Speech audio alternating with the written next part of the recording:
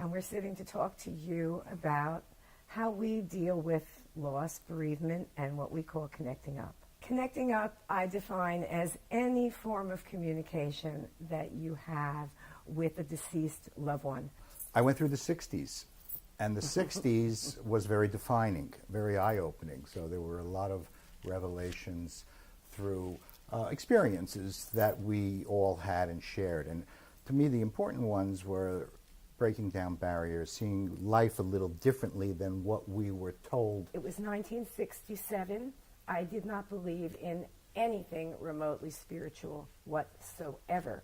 I was looking for maybe not a religion, but a way of life, about maybe, what it was, searching for the answers of what is life, what is it all about, where you're going.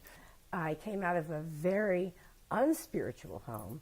My dad was atheistic, my mother was agnostic, and I believed in nothing. My father was a plumber. I was taught in how to do things like that. I learned carpentry. I became a woodworker, a cabinet maker. And eventually I realized that if I don't work, I don't get paid. And so I went back to school. It was in law school that I met Sheri. Yes, but you met me first in Well, Jane's home, and what were you doing there? Are you the interviewer? But she met the group of friends that I had in the city that I used to go with every week. So those friends then introduced us. So I asked somebody, and they asked me if I knew her, and I didn't, and we eventually met on a blind date. And it was a very nice blind date. Clearly. So that was since January of '77, and it's been 37 years. And we eventually adopted 3 children.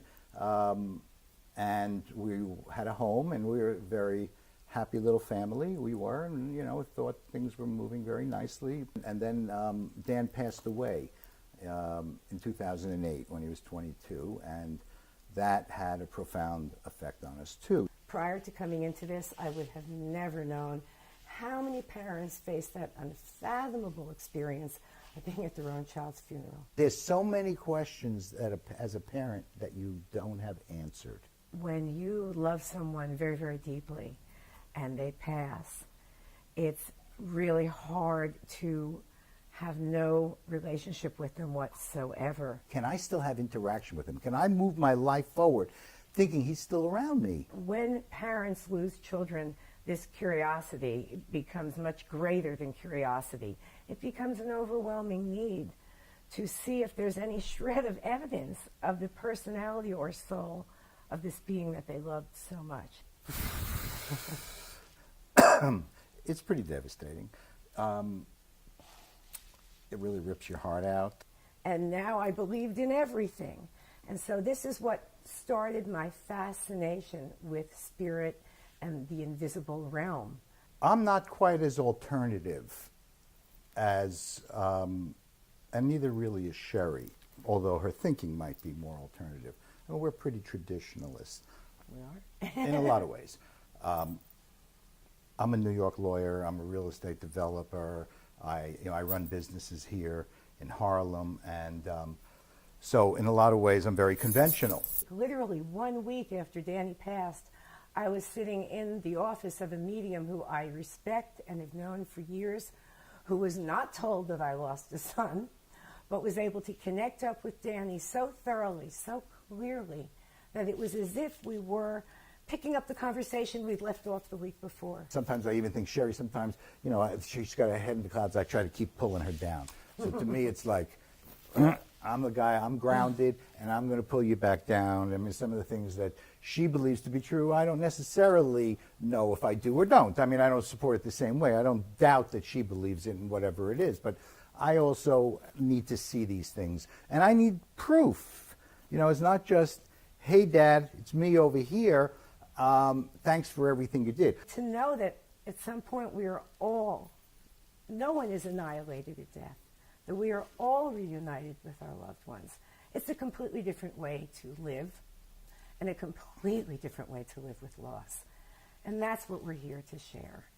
It's impacted on both our lives. I know 100% to be true that he is there, that he's around, that he's gone, but he is not gone and dead. Right. I mean, he's dead, his body's dead, but that entity, that Dan entity, is definitely still around. And that's the message.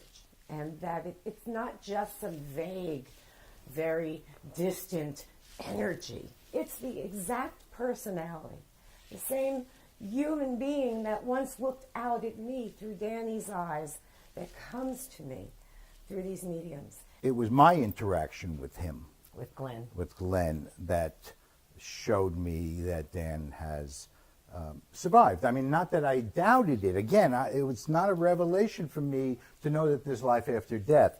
Although I never quite looked at it the same way, never really understood the concept of God, and where that relates to all of this, because I'm also a little bit of an agnostic in that sense, but I would say not any longer, obviously. So what happens now is we talk about what's currently going on in our lives. So if we have something new going on, Danny will be right there talking about it. So it's as if it's a feeling of going through time. He's living life with us. And that's, so I have less interaction with the mediums because there was that need, the greater need in the beginning to have more of that interaction, to have the reassurance, to have the understanding where he is, how's he moving on, what's going on. So I have a much more comfortable feeling about where he's at and what's going on. But I know he's always involved with us, and he's looking over, and he's involved. He is definitely around. He plays golf with me. There are things that have happened that we know have been unbelievable and that are so demonstrative that it would blow everybody's minds. And now it's so much more of helping others. So for us, we do now, and we help each other. We help others in many different ways. So we have the fund, and I have the outside endeavors, and we have not-for-profit world. We're involved in Harlem Hospital. And so those will continue to grow in our name and in his